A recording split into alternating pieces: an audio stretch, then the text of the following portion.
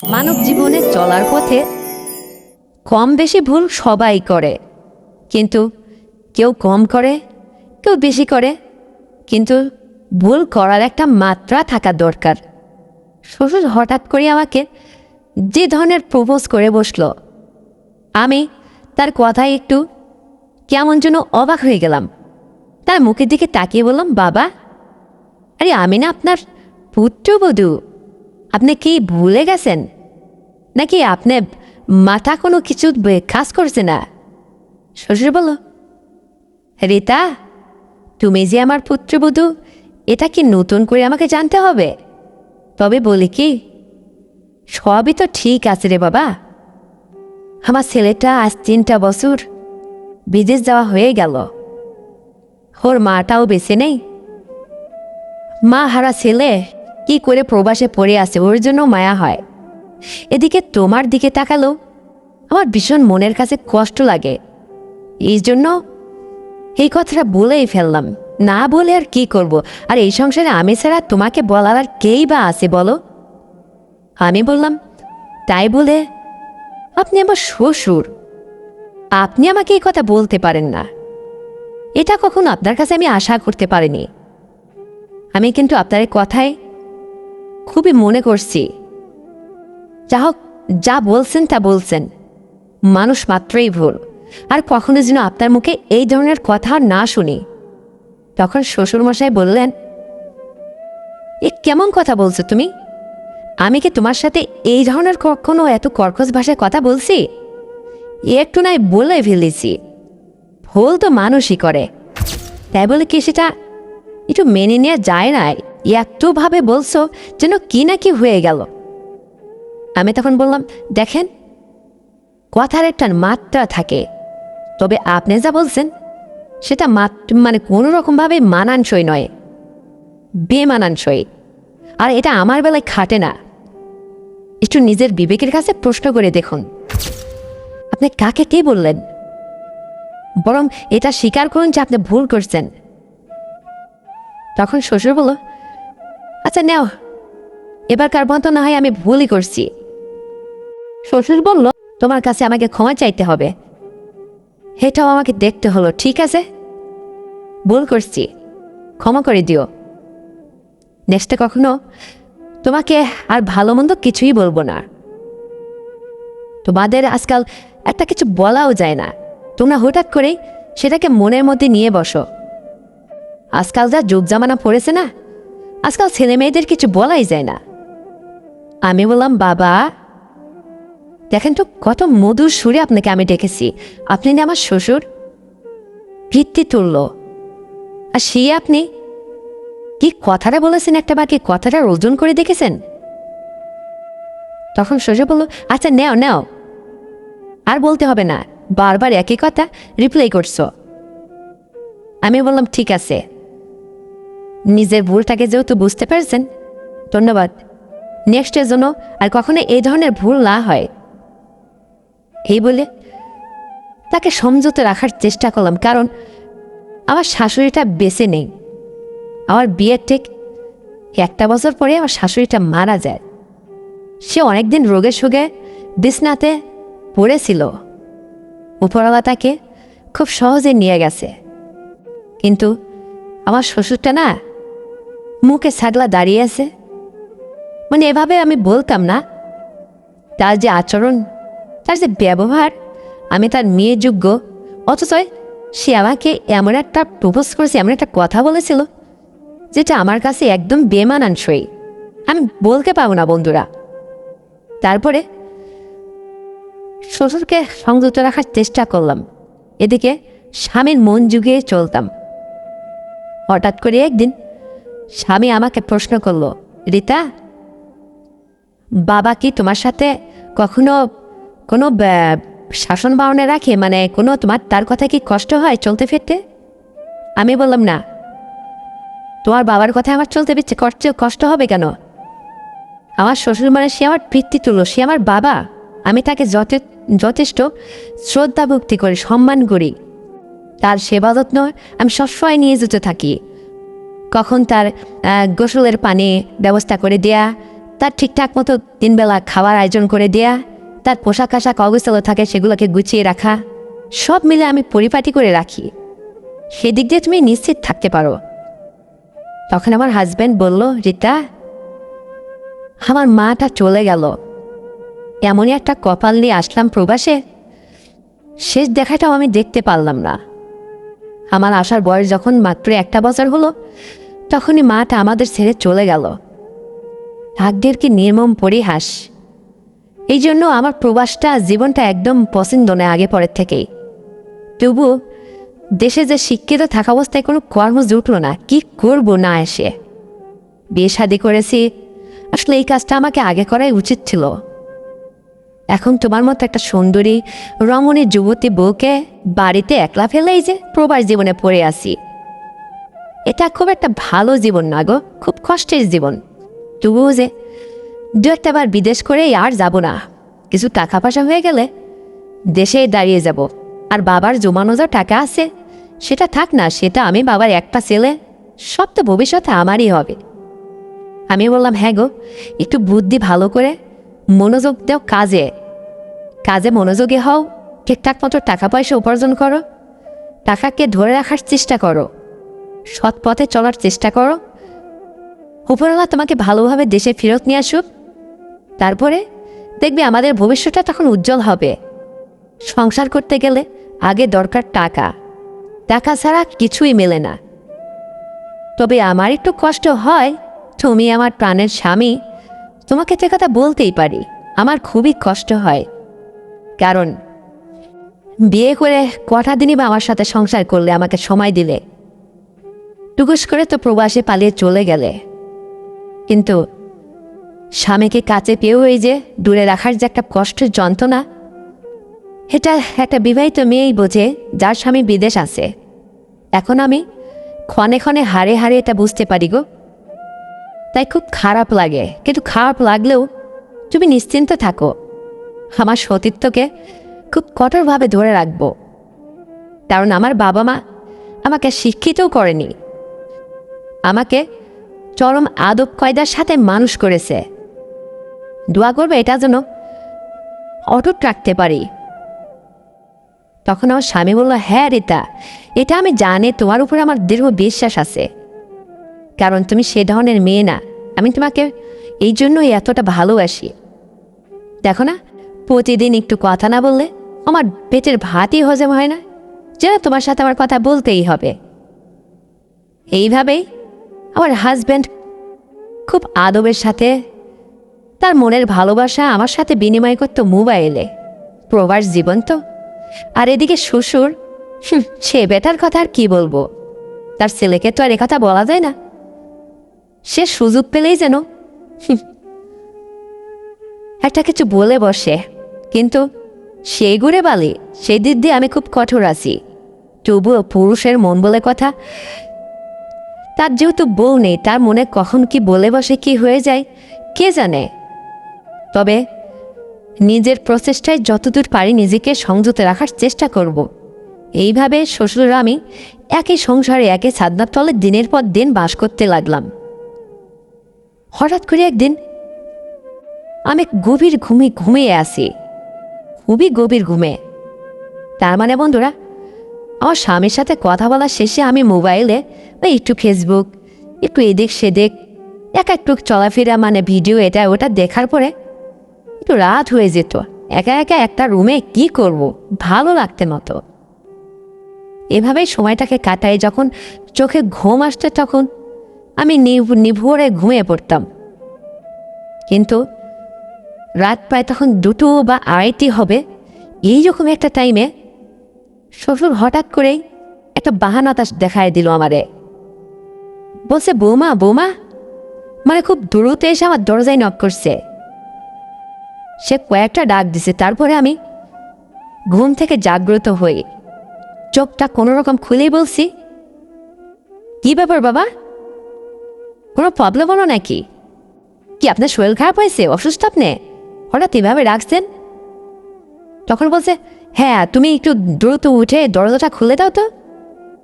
আমি তখন ভাবলাম হয়তো কি না কি হয়েছে, সেও অর্ধবয়সী মানুষ, তার তো বয়সটা প্রায় 50-52 কাছেই চলে গেছে। হয়তো এই বয়সে ওর হঠাৎ করে একটা সমস্যা হওয়াটাই স্বাভাবিক। তাই তাড়াহুড়ো করে কোনো রকম করে যে অবস্থায় ঘুমিয়েছিলাম ঠিক ওই অবস্থায় তার সামনে গিয়ে দাঁড় হয়ে বলছি, লাইটটা জ্বালিয়ে তার সামনে দাঁড় হলাম আর বলছিলাম, কি হয়েছে, এত অস্থির বোধ করছেন কি? ওরা চোর ডাকাত বাড়ি ঢুকছে নাকি আপনার কিছু হলো?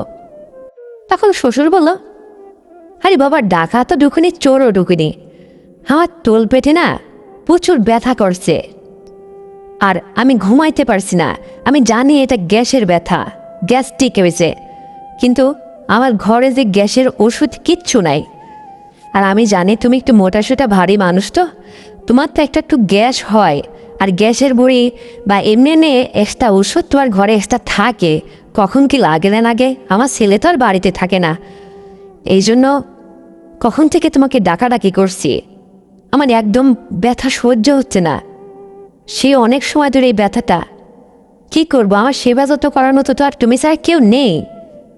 তখন আমি বললাম, আচ্ছা ঠিক আছে, আপনি ঘরের মধ্যে এসে বসুন। তারপরে শ্বশুরকে এক গ্লাস জলের সাথে একটা গ্যাস্ট্রিকের ওষুধ খাইয়ে দিয়ে বললাম, একটু রেস্ট নেন, ঠিক হয়ে যাবে। তারপর সে কিছু সময় বসে বড় বড় 2টা ঢাক তুলে বলছে, হ্যাঁ গোমা, ওষুধটা খুব ভালো, একটু গ্যাস কমছে আজকে, তাছাড়া একটু তেলে ভাজা জিনিস খাইছি তো এই জন্য গ্যাস্ট্রিকটা একটু বেশি দেখা গেছে। আমি বললাম, ঠিক আছে, এখন কি আরাম লাগছে? যদি আরাম লাগে তাহলে সোজা ভদ্র ছেলের মতো যান, আপনার রুমে গিয়ে ঘুমিয়ে পড়ুন। আমার চোখে প্রচণ্ড ঘুম। তখন শ্বশুর বলল, বৌমা, আমি ঠিক শিওর হতে পারছি না, কারণ আমি আমার রুমে যাওয়ার পর যদি আবারও এরকম হয়ে যায়, আবার তুমি যদি গভীর ঘুমিয়ে পড়ো, তখন তো তোমাকে ডেকে আমি জাগাইতেই পারি না। সেই দরজার কাছে কখন থেকে তোমাকে ডাকাডাকি করছিলাম, তুমি যে এতটা গভীর ঘুমিয়ে যাও, বাবা। আমি বললাম, তাহলে আপনি কি করবেন? আপনি কি এখানেই ঘুমাবেন? বলছে, যদি আর রাতের আর কগুনটাই বা বাকি আছে, তাছাড়া যদি আবারও এরকম হয়, আমি নড়েও শুতে পারছি না, আমার পেটের যে যন্ত্রণা ব্যথা আমি বুঝতে পেরেছি। সে যেন মুখ চুখ কেমন কাঁচর মুচর করে খুব কাকন্দ মুখিত করে আমার কাছে নার্ভাস হয়ে আকতি মিকতি করে বলতে লাগলা এখানে থাকার জন্য। আমি দেখলাম যে থাক, এত করে যখন বলছে, তারপরে বললাম, ঠিক আছে, তাহলে আপনি খাটের উপরে ঘুমিয়ে পড়ুন, আমি ফ্লোরে আর ঘুমাবো না, আমি সোফার উপরে কোনো রকম পাটা মেলে রাতটুকু পার করে দিই, যান। এই বলে আমি তার রুমটা আটকা দিয়ে এসে আমি আমাদের দরজাটা ভিতর থেকে লাগিয়ে তাকে উপরে শোয়ার মতো সুযোগ করে দিলাম। সে খাটের উপরে ঘুমাইতে লাগলো আর আমি আমার সোফার উপরে পাটা মেলে ঘুমানোর চেষ্টা করলাম। কিন্তু আসলে রুমের মধ্যে যখন অন্য কেউ প্রবেশ করলো, তখন কে চোখে অতটা ঘুম আসে?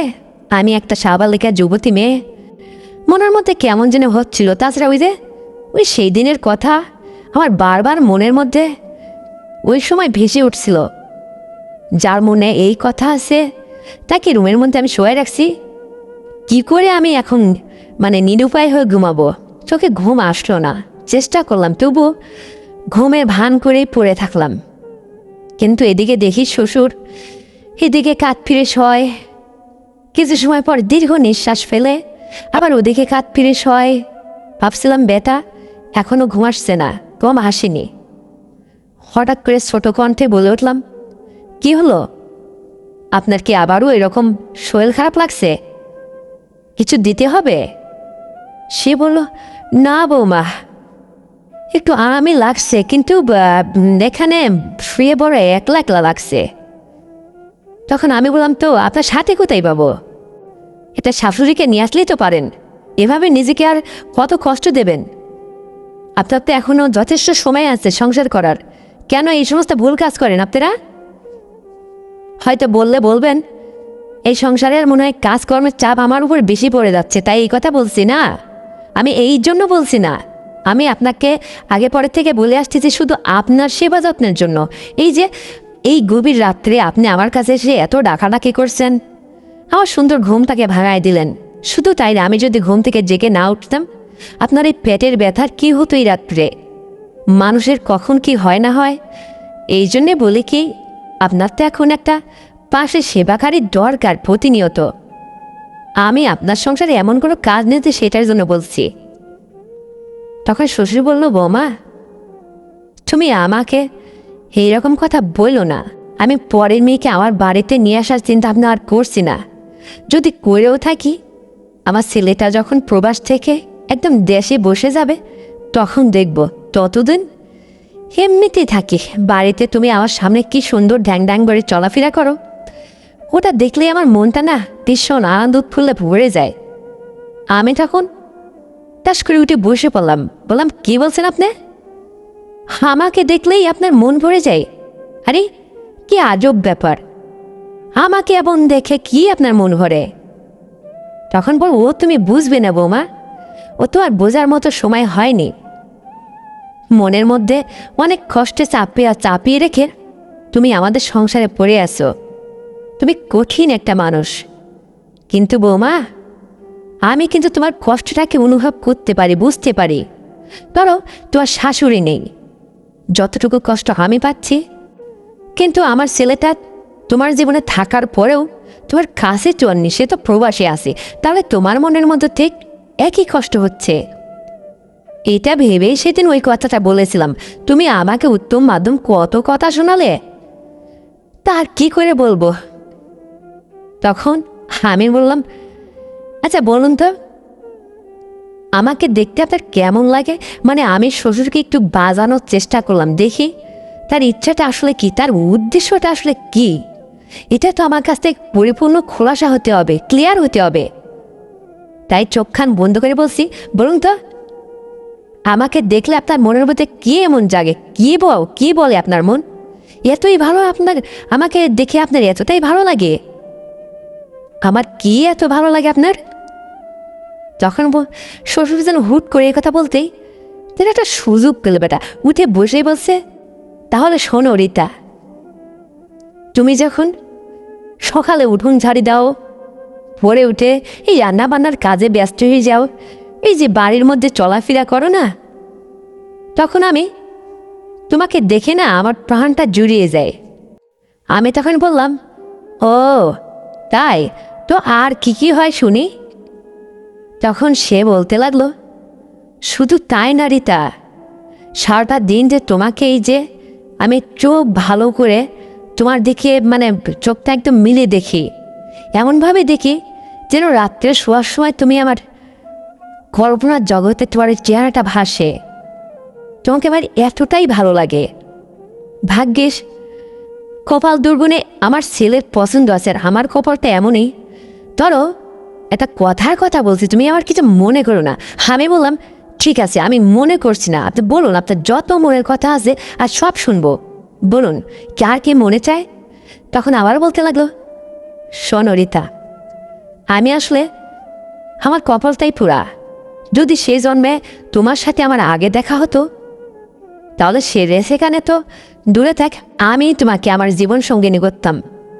কিন্তু যার সাথে যার লেখন থাকে, একটা মানুষ হিসাবে যদি তুমি বলো, তাহলে আমি তোমাকে এই মন প্রাণ দিয়ে ভালোবাসি। একটা ভালো মানুষ, একটা সুন্দরী মেয়ে যদি বলো, আর যদি বলো সম্পর্কের কথা, তাহলে তো ওই যে যেখানে বাধা, আমি শ্বশুর আর তুমি বৌমা, এখানে তো ফ্যাক্ট। এই জন্যই তো মুখে আসলে অনেক কথা বলতে পারি না। আসলে আগে পরে থেকে আমি আমার একটু আবেগময়ী, আমার মনের মধ্যে অনেক কথা তৈরি হয়, কিন্তু তোমাকে বলতে পারি না, বিবেকের কাছে হেরে যাই আমি।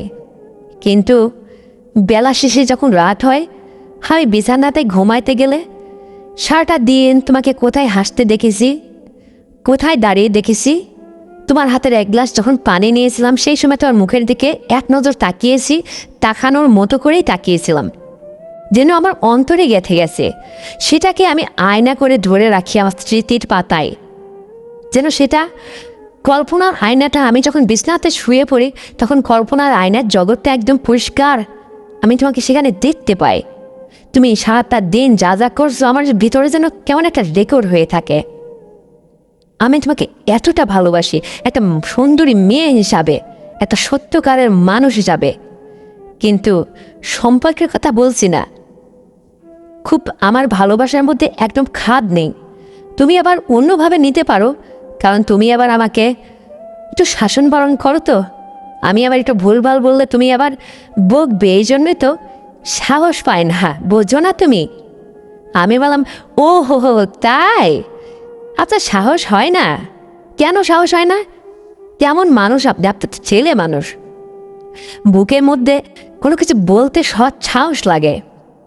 ধরুন আপনার ইয়াং জীবনে আপনার ছেলের সাথে হয়তো আমার মিলেনি, ধরেন আপনার সাথে আমার হয়তো সেই জুটিতে মিলে গেছে, তাহলে তো আপনাকে দিয়ে আমার হতো না। কারণ আপনার বুকের মধ্যে এত চাপা কষ্ট নিয়ে আপনি কী করে থাকেন?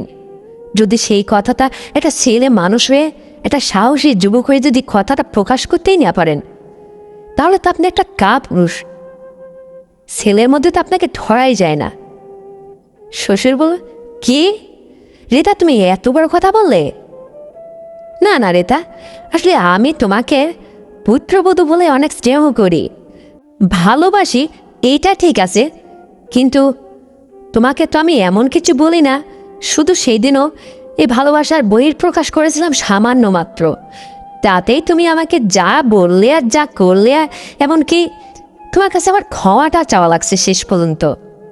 কি করব, কি করে বলি আমি তোমাকে? মানুষ শুনলে কি বলবে? তাই হয়তো তুমি এখন আমাকে যা বলো তাই, আর কি বলবো? তাছাড়া তুমি আমাকে জানো না, চেনো না।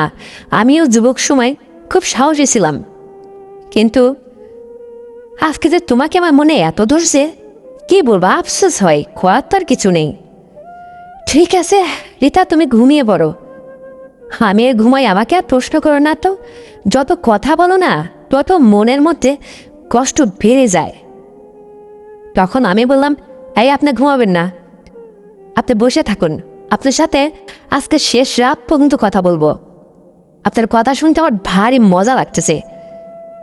এত রোমান্টিকতা আপনার মধ্যে, আর আপনার মধ্যে মনের মধ্যে এত আবেগী ভালোবাসা চাপা পড়ে আছে, তা তো জানতাম না।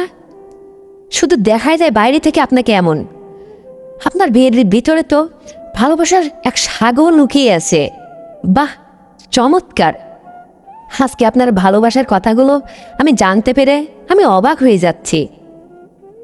আমাকে আপনি এতটা রেসপেক্ট করেন, এতটা ভালোবাসেন, তবে এত চাপা করে রাখিছেন কেন মনের মধ্যে? বললেই তো পারেন। তখন শ্বশুর বলল, আরে আমি তো তোমাকে বলেইছিলাম সামান্য দুটো কথা, তাতেই তোমার কাছে সেদিন যা হলো। আবারও বলবো, কোন সাহসে, কোন লজ্জায় বলে বলো? কিন্তু আমি তো কোনো অন্যায় করিনি। একটা মানুষ হয়ে একটা সুন্দরীকে ভালো লাগতেই পারে, ভালোবাসতেই পারে, সেটার বহিঃপ্রকাশ সামান্য ন্যূনতম করেছিলাম। তুমি যা বলেছিলে তাতেই আমি অফ হয়ে গেছে, আমার মুডটা যেন একদম অফ হয়ে গেছে। কি করে বলি বলো? দেখো, এই সাধনা তলে আমারও বউ নেই, তোমারও স্বামী কাছে নেই। আমি একটা ছেলে মানুষ, এমনও না যে খুব থুত্থরে বৃদ্ধ হয়ে গেছি, তাও না। আমি কিন্তু সংসার করার উপযুক্ত এখন, কিন্তু তুমিও একটা যৌবনবতী জোয়ান মেয়ে। আমার ছেলেকে দূরে রেখে কি একালার দিন কাল কাটাচ্ছ? কতটা কষ্ট তোমার মনে। এই কথাটা বলতেই তুমি আমাকে কথাটা ধরে কত কথা শোনালে। আর কি বলার আছে তোমাকে বলো? তাই চুপচাপ নিজের মনের কষ্ট নিজেই রেখে চুপিচাপি চলার চেষ্টা করি। রিতা, এখনো সময় আছে, আমাকে একটু বুঝতে চেষ্টা করো। মানুষের পাশে একটু দাঁড়াতে হয়, তাদের মনকে একটু বুঝতে হয়। তখন আমি বললাম, তাই নাকি? তাহলে কি করে বুঝলে আপনি খুশি হবেন? ঠিক আছে, দেখি আপনার পাশে একটু এসে বসি, দেখি আপনার মাথাটা কই, আপনার মাথায় একটু হাতটা বুলিয়ে দিই। এই বলে সত্যি আমি অভিনয়ের চালে তার মাথায় আমার হাতটা আলতো আলতোভাবে রাখতেছিলাম। তারপরে যেন সে বলতে লাগলো, বাহ, আজকে যেন তুমি সেটাকে বাস্তবায়ন করতে চলেছ। সেই আমার স্বপ্নের রাজ্যের সেই কল্পনার সুন্দরী মেয়েটা যেন আমাকে সামনে এসে আমার মাথায় হাত বুলিয়ে ভালোবাসার বহিঃপ্রকাশ করছে। তোমার আবেগঘন ভালোবাসা না আমাকে মুগ্ধ করে তুলবে রিতা। তোমার একটা সুন্দর মন আছে, আমিও জানি, কিন্তু একটা জায়গায় তো আসলে আমরা পরিস্থিতির শিকার, সেটা যা বাস্তবে নয়। তাই তো দুজনের পক্ষে আমাদের এটা সম্ভব না।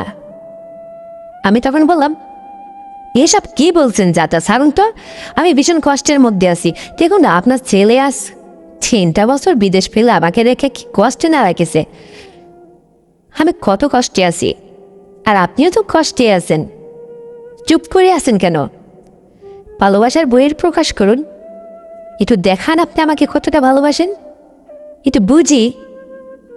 এ কথা বলতেই শ্বশুর আমাকে বুকে জুড়িয়ে কি সুন্দর করে ভালোবাসলো, আর কানের কাছে ফিসফিস করে বলছিল, তোমাকে ভালোবাসার ক্ষেত্রে ঠিক নিজের মেয়ের মতো করে স্নেহ করে ভালোবাসছি, কিন্তু যখন মুখের দিকে তাকায় না, তখন মনে একটা সুন্দরীকে মন প্রাণ দিয়ে ভালোবাসি।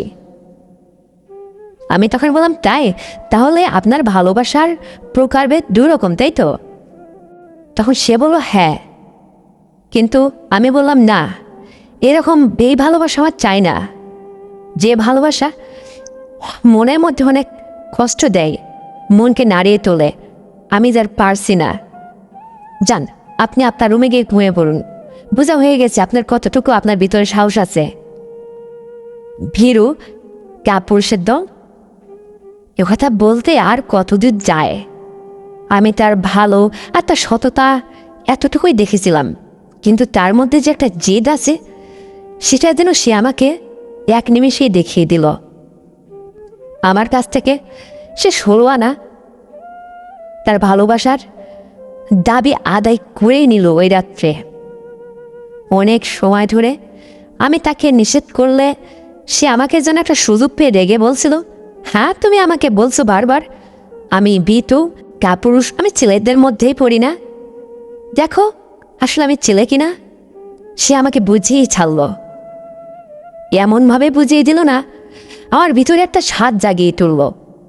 আমারও ভীষণ ভালো লাগছিল, কেন যে ওই মুহূর্তে সম্পর্কের কথাটা এক নিমিষে আমি ভুলে গেছি। আমার তো এরকম কোনো কথা ছিল না। আমি নিজের মনের কাছে তো ওয়াদাবদ্ধ ছিলাম, নিজেকে খুব অটুট রাখবো। কিন্তু শেষ পর্যন্ত আমিও আবেগবশে পড়ে ঠাট্টার ছলে একই হয়ে গেল, নিজের অজান্তেই যেন। এটা আমি ভাবতেও পারছি না। পরে নিজের কাছে নিজের মনকে বুঝাইতে পারছিলাম না, খুব ঘৃণা হলো, না কি করলাম আমি। আচ্ছা, যা হওয়ার হয়েছে। বেটা জেদে পড়ে হয়তো তার বাহাদুরিটা আমাকে দেখিয়ে দিল। বাবা, তার কি দম আছে!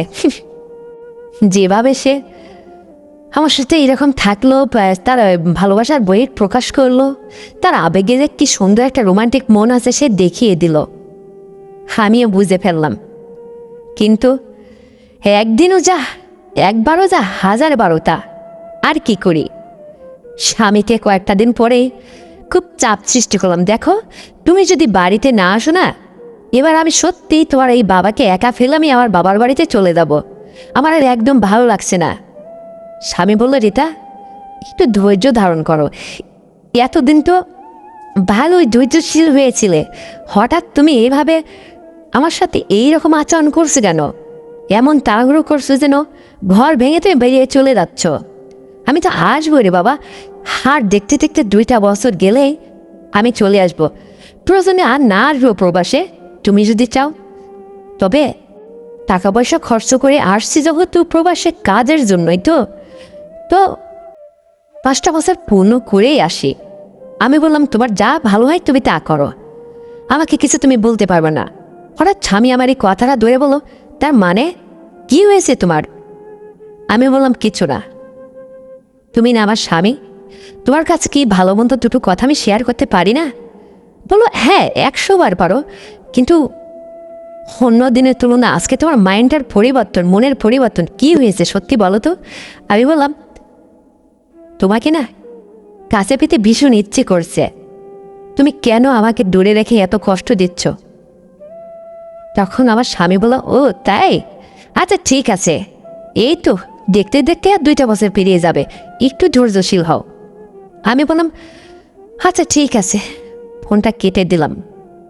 কিন্তু হঠাৎ করেই এই এক মুহূর্তে ঠাট্টার ছলে যে ভালো লাগাটা আমার মধ্যে মনের মধ্যে যেন একটা লোভনীয় প্রণব একটা স্বাদ জাগিয়ে তুলল, যেন অনেক দিনের একটা তৃষ্ণা, একটা বাসনা ভেতর থেকে মিটিয়ে গেছে, দূর হয়ে গেছে। মনটার মধ্যে দারুণ উৎফুল্ল কাজ করতো একলা একলাই। হঠাৎ করে আমি নিজে থেকে বললাম, কেন আজকাল দেখছি ভালোই সুস্থ আছেন, আপনার কি কোনো শরীর খারাপ হয় না, আর পেটে ব্যথা হয় না? আমার কথাতে এক নিমেষে সে বুঝে ফেললো, অর্থাৎ আমার শ্বশুর মশাই বলল, হ্যাঁ তুমি কি বলছো আমি বুঝে ফেলছি, কিন্তু পেটের ব্যথা না হলে আর কি করে তোমাকে বলবো যে আমার পেটের ব্যথা হয়েছে? আমি বললাম, তাই? এই আপনি কি আমার ভাষা বোঝেন? বলছে, হ্যাঁ রীতা, আমি অতটা কচি খুকা নয়, আমি বুঝি তুমি কি বলছো। ঠিক আছে, তোমার যদি ভালো না লাগে আমাকে ডাক দিও, তোমার সাথে বসে দুদন্ত কথা বলতে বলতে এক কাপ চা খাওয়া যাবে। তুমি তো আমাকে একদমই সময় দাও না। রাতের খাওয়া দাওয়া শেষ হলে যে যার রুমে চলে গিয়ে ঘুমিয়ে পড়ি। এটা কোনো জীবন হলো? জীবন সংসারে একটু আনন্দ উৎফুল্ল থাকা দরকার, একটু বিনোদন থাকা দরকার। এ সংসারে তুমি আমি ছাড়া কে আছে বলো? কিন্তু তুমি এমনভাবে আমাকে রাখো না যেন কড়া শাসনে। কিন্তু আমি যেভাবে থাকার কথা সেভাবে আসলে তোমার সাথে থাকতে পারছি না। সবই তো বলছি সেদিন, কিন্তু আমারও ব্যাপারটা সেদিন খুব ভালো লেগেছে। তাই তো বলি, আসলে যে সুন্দরী না পৃথিবীতে, আল্লাহবাক তাকে সম্পূর্ণ কিছুতেই সুন্দরী করেছে, কোনো কিছুতে গ্যাপ রাখিনি। তার চাক্ষুষ প্রমাণ তুমি। আমার প্রাণটা ছুঁয়ে গেছে। কি করে বলি আর তোমাকে, কোন মুখে বলবো, সাহসে কোলায় না। রীতা, যদি তুমি বলো মাঝে মধ্যে তোমার সাথে বসে এক কাপ চা খাওয়া যাবে, কি দাওয়াত করবে না? তখন আমি বললাম, আচ্ছা আজকে তাহলে হয়ে যাক এক কাপ চা, আসুন আমার রুমে আসবেন, আপনার সাথে কথায় কথায় আপনার ওই জমানো কিছু কথা শুনবো, তাহলে আপনার মনটাও হালকা হবে, আর এর সাথে গরম 2 কাপ চা দুজনে বসে খাবো। বলো ঠিক আছে। তারপরে রাত যখন 11টা বাজলো, আশেপাশের মানুষের হইহুল্লোর তন্দর যেন নিঃশেষ চুপচাপ হয়ে গেছে। ঠিক সেই টাইমে এসে বলছে, রীতা তুমি কি ঘুমাচ্ছো? আমি বললাম, না আমি ফ্রি আছি, আমি মোবাইলে কাজ করছি, ভিডিও দেখছি, এটা সেটা। বললো, এই সমস্ত কী ভিডিও দেখো তুমি, এগুলো দেখতে নেই। আমি বললাম, দেখুন আমাকে জ্ঞান দেবেন না, জীবনের গল্প এগুলো শুনতে আমার ভীষণ ভালো লাগে আগে পরের থেকেই। এগুলো শুনলে অনেক রকম জ্ঞান হয়। এক একজন এক এক রকম তার মনের বহির প্রকাশ করে, মনের ভাব প্রকাশ করে, আমার কাছে তো ভালোই লাগে। তখন বলবো, না না, হ্যাঁ এগুলোর মধ্যে না, হ্যাঁ কেউ কেউ আবার একটু বেশি বেশি বলে, যেগুলো শুনতে নেই, শুনলে মাইন্ডের পরিবর্তন হয়। আমি বললাম, কি আর করব, ভালো লাগে না সেটাও শুনি।